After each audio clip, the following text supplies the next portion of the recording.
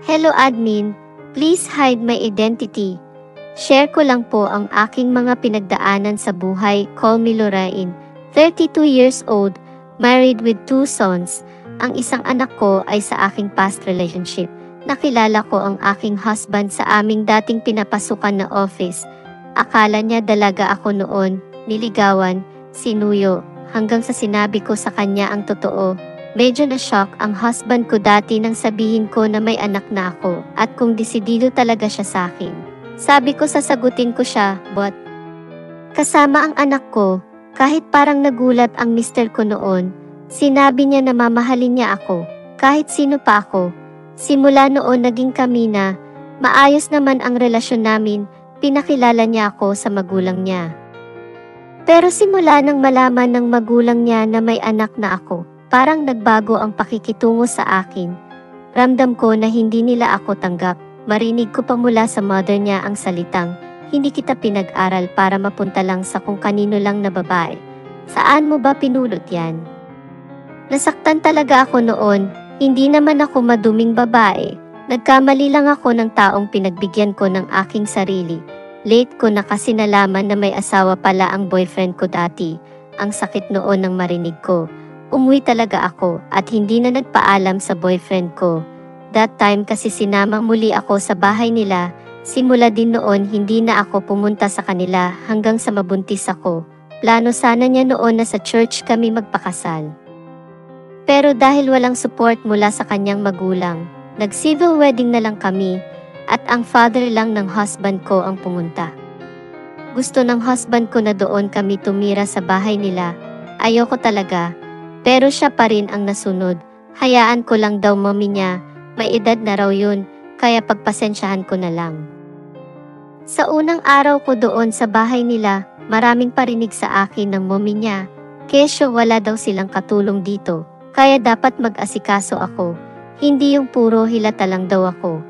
Ang swerte ko naman daw sa anak niya, samantalang ang malas ng anak niya sa akin, nakakainit ng ulo. Gustong gusto ko na lang patulan. Buntis lang ako noon kaya binabaliwala ko na lang. Isa pa nag-aalala ako sa anak ko na isa, na nasa mother ko. Hindi ko kasi maisama doon sa tinitirhan ko, pagkapanganak ko. After 2 months yata yun, hindi ko na kinaya ang ugali ng mother-in-law ko. Lalo na kapag wala ang mister ko at father niya, pareho kasi sila pumapasok. Isang araw sinagot ko talaga ang biyanan ko. Salya ugali squatter daw ako. Kaya ayon pinakita ko sa kanya ang sinasabi niyang ugaling squatter. Halos hindi siya makahinga ng oras na iyon. Sinagot-sagot ko talaga siya. Nag-imbento pa ako ng kwento na sabi ko, may ibang babae ang asawa niya at hindi naman talaga siya totoong mahal. Dati ko kasi narinig yun na pinagtatalunan nila kaya naisip ko na panlaban sa kanya. Siguro nga totoo kasi galit na galit siya hanggang sa hindi na makahinga at nawala ng malay. Tumawag ako sa asawa ko na sabi ko hinimatay ang mother niya. Hindi ko naman madala sa hospital dahil bagong panganak ako noon. Ambulance na lang ang nagdala sa kanya na tinawag ng husband ko. Pero kinilabutan ako at natakot din ng ibalita ni husband. Na heart attack ang ikinamatay ng mommy niya. Tinatanong ako kung ano nangyari. Hindi ko masabi sa kanya na nag-away kami. Sabi ko hindi ko alam. Pero ang totoo nakokonsensya ako noon. Naniwala naman ang husband ko sa akin dahil alam niya na kahit minsan hindi ko pinatulan mommy niya. Noon araw lang na iyon talaga na hindi ko napigilan, hindi naman na nag-usisa sila. Dahil matagal na palang may sakit sa puso si mother-in-law, natakot ako, nalungkot, pero sa isang banda, medyo natuwa ako. Dahil walang nang kontrabida sa buhay namin. After 3 months simula nang mawala ang mother-in-law ko, nag-retired na rin ang daddy ni husband. Tahimik ang daddy at mabait sa akin. Lalo pa akong natuwa sa father-in-law ko nang siya mismo ang magsabi na dito ko napatirahin ang panganay ko. Nagpasalamat talaga ako sa kanya at napayakap pa ako sa tuwa. Ang husband ko pabor din para daw hindi na ako nag-iisip ng kung ano-ano. Simula noon naging close ang panganay ko sa father-in-law ko. Sabi raw kasi sa mga bata dahil solong anak lang ang husband ko para silang maglolo. madalas kasama ng father-in-law ko sa pasyalan. Minsan mag-bike silang dalawa. Natutuwa talaga ako kapag nakikita ko silang ganun. Nasabi ko nga sa sarili ko noon na swerte ko talaga sa husband ko. Swerte ko pa sa father-in-law ko. Naging masaya lalo ang bahay dahil may 2 batang nagtatakbuhan. Hindi tulad noon nabubuhay ang mother-in-law ko na gusto laging tahimik at patay ang ilaw. Sabi nga ng father-in-law ko, nagkaroon raw ng kulay at buhay ang bahay nila simula nang dumating kami. Sabay-sabay din kaming kumain at naging normal lang ang lahat hanggang sa magpaalam ang husband ko na mag-abroad. Iilan na nga lang tayo dito, aalis ka pa. Ganyan ang sabi ng father-in-law ko sa husband ko, pero tulad ng dati ang husband ko pa rin ang nasunod. Sanang naman raw ang opportunity. Habang malakas pa raw ang daddy niya na makakasama namin dito. After 5 buwan, nakalipad nga ang husband ko. Mag-iipon lang daw siya ng pampaayos sa luma nilang bahay saka para sa future ng anak namin habang hindi pa raw nag-aaral. Simula din nang umalis ang husband ko.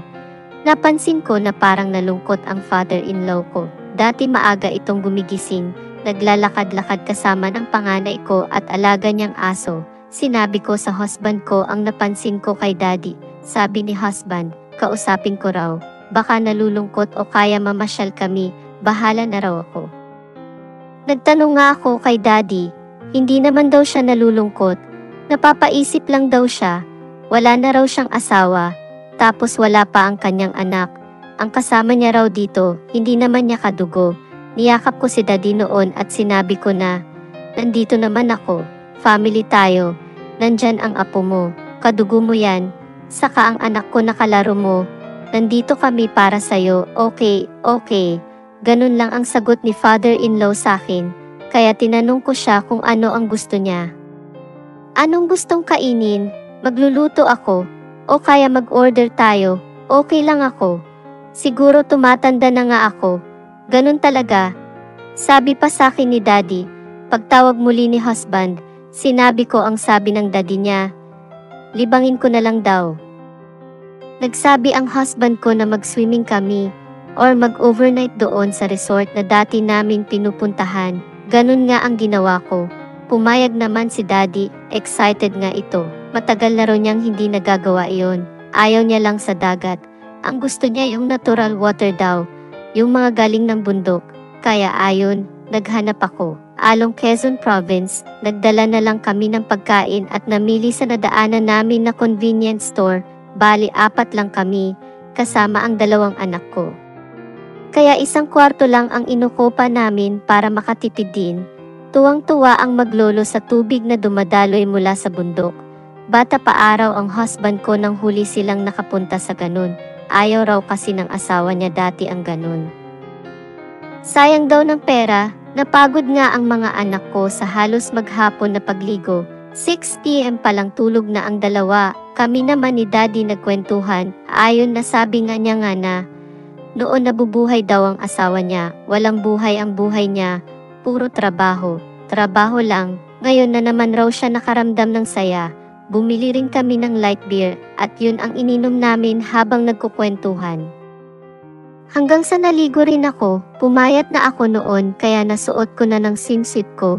Hindi naman ako nagtagal dahil napansin ko na nakatingin sa akin ang ibang guest doon na mga lalaki, parang gustong lumapit sa akin.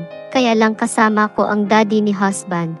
Habang naliligo nga ako, may narinig pa ako na siguro mayaman yung matanda, swerte naman niya, hindi ko na lang pinansin. Nagbihis na lang ako at pumasok na sa room namin. Maaga pa kasi kaming gigising noon kasi may schedule kami na. Akyat doon sa may bundok, nakahiga ako noon sa kama, kasama ang 2 anak ko. Ang father-in-law ko naman, may extrang foam at doon siya sa may lapag. Mabilis ako nakatulog dahil sa pagod din siguro. Hanggang sa napanaginipan ko ang husband ko na umuwi na raw. Kiss raw ng kiss sa akin. Miss na miss raw ako. Miss ko rin naman siya. Kaya ayon, tulad ng ginawa ng mag-asawa, sabi kaming pareho.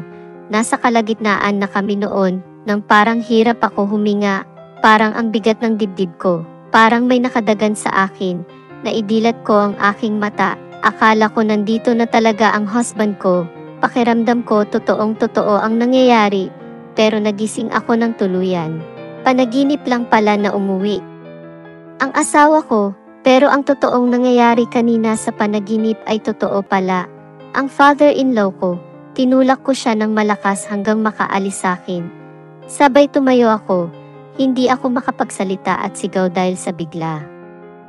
Di ba sabi mo, sabihin mo lang kung ano ang magpapasaya sa akin, gagawin mo. Sige na, patapusin mo na ako, parang awa mo. Ito lang naman ang hiling ko sa'yo, tingnan mo. Naging mabuti ako sa inyo. Lahat naman ginawa ko. Nakuha mo ang anak mo. Masaya kayong magkakasama. Dahil sa akin yun, wala naman makakaalam. Tayo lang naman ang andito. After yan, masaya na tayo pare-pareho. Iyon ang mga salita ng father-in-law ko na parang nangungonsensya habang tumutulo ang luha ko. At naiisip ang mga nagawang mabuti ng father-in-law ko sa amin. Pero kita ko sa aking father-in-law ang pagmamakaawa sa akin. Mamamatay raw siya sa lungkot. Sana maintindihan ko raw siya. Pakiusap muli ng daddy ng asawa ko. Basta huwag mo ibuga sa loob. Iyon na lang ang sagot ko kay daddy. Bago ko itinuloy ang aking naudlot na masarap na panaginip kanina, pinatapos naman ako ni father-in-law at sumunod naman siya sa usapan namin. Simula noon, palagi ng ganun ang nangyayari sa bahay namin. Natuwa rin ang husband ko sa akin nang makausap ang daddy niya. Bumalik na daw ang dating sigla nito. Nagpasalamat si husband sa akin sa pag-aalaga at pagtitiyaga ko raw sa kanyang ama. Nakauwi na rin si husband ko ng ilang beses at inayos na niya ang mga papers naming para sa pagbalik niya. Kasama na kami doon sa ibang bansa. After 3 years na stroke naman si daddy, hindi na ito nakalakad at makapagsalita. Nagbabayad na lang kami ng caregiver na mag-alaga sa kanya. Minsan ang anak ko na panganay ang nagtutulak ng wheelchair niya. Doon na rin natapos ang lahat sa amin at mananatiling lihim iyon sa aming dalawa. Sa ngayon nandito kami sa ibang bansa kasama ng 2 anak ko. Masaya at tahimik kaming namumuhay dito at iniwan ko na sa Pilipinas ang aking masamang nakaraan.